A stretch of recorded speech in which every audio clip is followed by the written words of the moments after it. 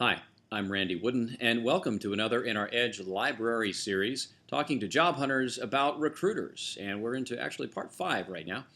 And this time we'll talk a little bit about trying to get a recruiter to work to help you if perhaps they're not apt to help you right off the bat. Here's what I mean. How many times have you ever sent a resume and perhaps even followed up with a phone call? And the call goes essentially, well, Randy, we have your resume on file. It's a good resume. It looks like you have a great background. And if something does come across our desk, then we'll be sure to give you a call. But right now, I don't have anything. So anyway, have a nice life. And essentially, that's how it goes. And again, I'm kind of joking a little bit about that. They usually are more friendly than that. But here's the deal. They're sitting there saying, fine, we've got this resume or applicant sitting in the background, this candidate sitting there. We have no use for them right now. Now, it's an important point, and this is something I would encourage you to try to do, and it may not always work, but it worked with me. I would gladly help somebody out here. And I think most people want to be helpful, and that includes recruiters. Just understand these guys are bombarded with resumes. Stop and think about it. How many times do you apply to a job online? Well, multiply that times thousands of people. These guys are swamped. And so while they're generally and genuinely oftentimes very nice people, very professional, they do the best they know to do, these guys are buried. So here's what you can perhaps do to appeal to their business sense or their greed. Here's what I did, and I think this can actually help you out. What I would do is, if I do have the recruiter on the phone, and we talk for a moment, and they basically said, hey, you've got a great background, but I don't think I can help you, I'll keep you on file. If they haven't gotten to that point, once they've at least said, I have your information, it looks great, listen, we'll keep it here, I'm going to say something like, well, let me ask you a question. Based on the job orders that you see come across your desk, or that you have access to, and as you look at my background and see my industry and my job skills, what do you think is the likelihood that you'll have a job where I may be a fit? And never is an okay answer. And wait for their response. What you're trying to do is get these guys off the fence. They're trying to be nice guys, and they'll say, look, I'll keep you in file, and if something comes up, we'll let you know. Great. I want to get a sense for, is this thing real or not? And if they say, no, really, your background's right up our alley, it's something that we work with, we just don't have anything right now, well, great. And then definitely put those guys on your tickler file, because those are ones you want to keep in touch with. If they say, well, I just didn't really want to get into it, but realistically, Randy, you don't have X, or you have too much of this, or you don't have enough of that, or we don't work in your industry, or we don't work with ball guys, whatever they tell you.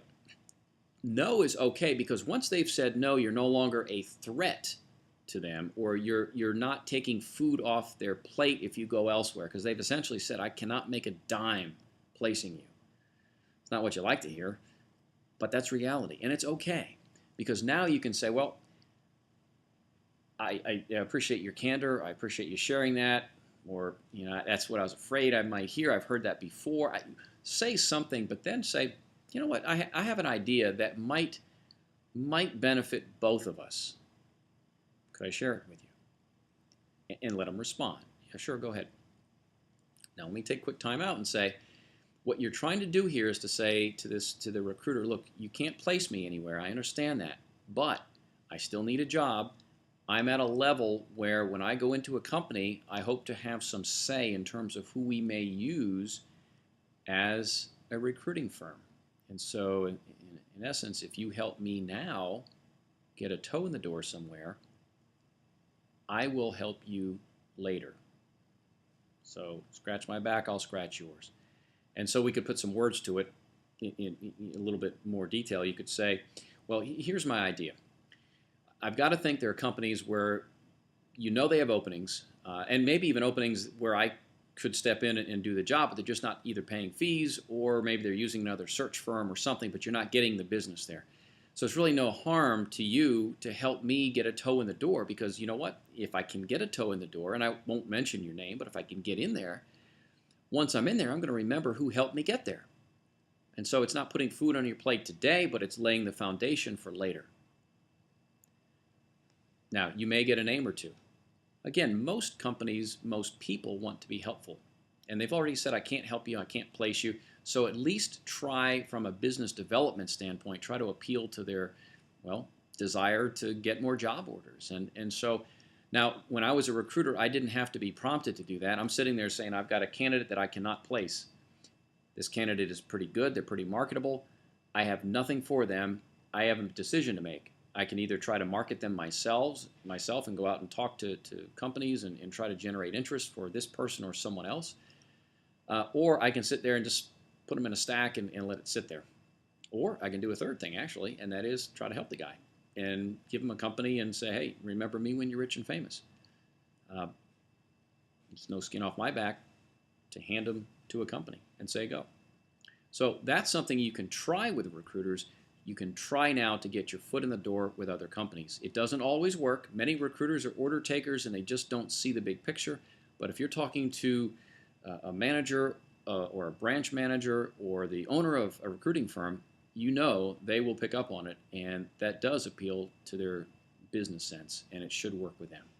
That'll wrap it up for this in our Edge Library series, talking to job hunters about recruiters.